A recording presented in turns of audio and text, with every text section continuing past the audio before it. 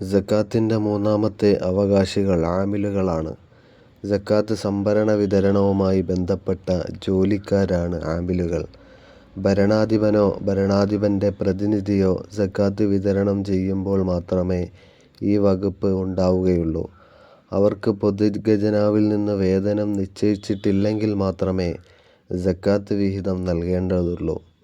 ന്യായാധിപനോ പ്രവിശ്യാ ഭരണാധിപനോ സക്കാത്ത് കൈകാര്യം ചെയ്താൽ അവർക്ക് ആമിലിൻ്റെ വിഹിതം പറ്റാവതല്ല. അത് സക്കാത്ത് സംബന്ധമായി മാത്രമുള്ള ജോലിക്കാർക്കുള്ളതാണ്. പൊതുവായ ഉദ്യോഗാധികാരങ്ങളുടെ ഭാഗമായി അത് കൈകാര്യം ചെയ്യുന്നവർ ഈ ഇനത്തിൽ പെടില്ല. എന്നാൽ അവർ കടക്കാരെങ്കിൽ കടക്കാരുടെ വിഹിതത്തിൽ നിന്നും, പൊതുവിശ്വാസികളെങ്കിൽ അവരുടെ വിഹിതത്തിൽ നിന്നും, യോദ്ധാവാണെങ്കിൽ യോദ്ധാവിൻ്റെ ഭാഗത്തിൽ നിന്നും കൈപ്പറ്റാവുന്നതാണ്. മാത്രമല്ല അവർക്ക് ശമ്പളം ലഭിക്കാതെ വരുന്ന സാഹചര്യത്തിൽ ദരിദ്രരുടെ വിഹിതത്തിൽ നിന്നും വാങ്ങാവുന്നതുമാണ്. സക്കാത്തിൻ്റെ അവകാശികളിൽ അഞ്ചാം വിഭാഗമായി വായിക്കപ്പെടുന്നത് മോചനപത്രം എഴുതപ്പെട്ട അടിമകളെയാണ്. അവരുടെ മോചനത്തിനു വേണ്ടിയാണ് സക്കാത്ത് കൊടുക്കുന്നത്. അടിമകളുടെ മോചനത്തിന് ഇസ്ലാം ഏർപ്പെടുത്തിയ പ്രായോഗിക മാർഗങ്ങളിൽ ഏറ്റവും പ്രധാനപ്പെട്ടതാണിത്. സക്കാത്തിൻ്റെ ആറാമത്തെ വിഭാഗക്കാരാണ് കടക്കാര് അഥവാ കടബാധ്യതയുള്ളവർ.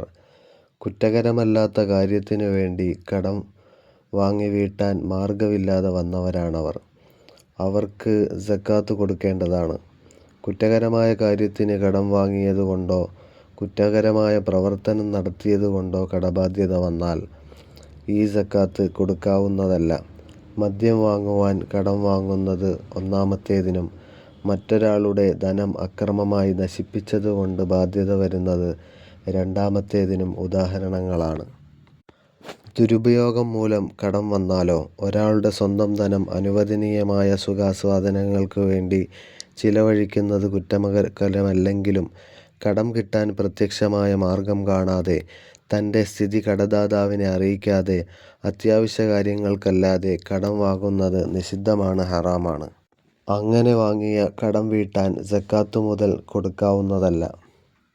എന്നാൽ കുറ്റകരമായ കാര്യത്തിനു വേണ്ടി കടം വാങ്ങിയ വ്യക്തി പശ്ചാത്തപിച്ച് തെറ്റ് തിരുത്തുകയോ ദുരുദ്ദേശത്തോടെ കടം വാങ്ങിയ സംഖ്യ നല്ല കാര്യത്തിന് മാത്രം ഉപയോഗിക്കുകയോ ചെയ്താൽ അത് വീട്ടാൻ സക്കാത്ത് നൽകാവുന്നതാണ്.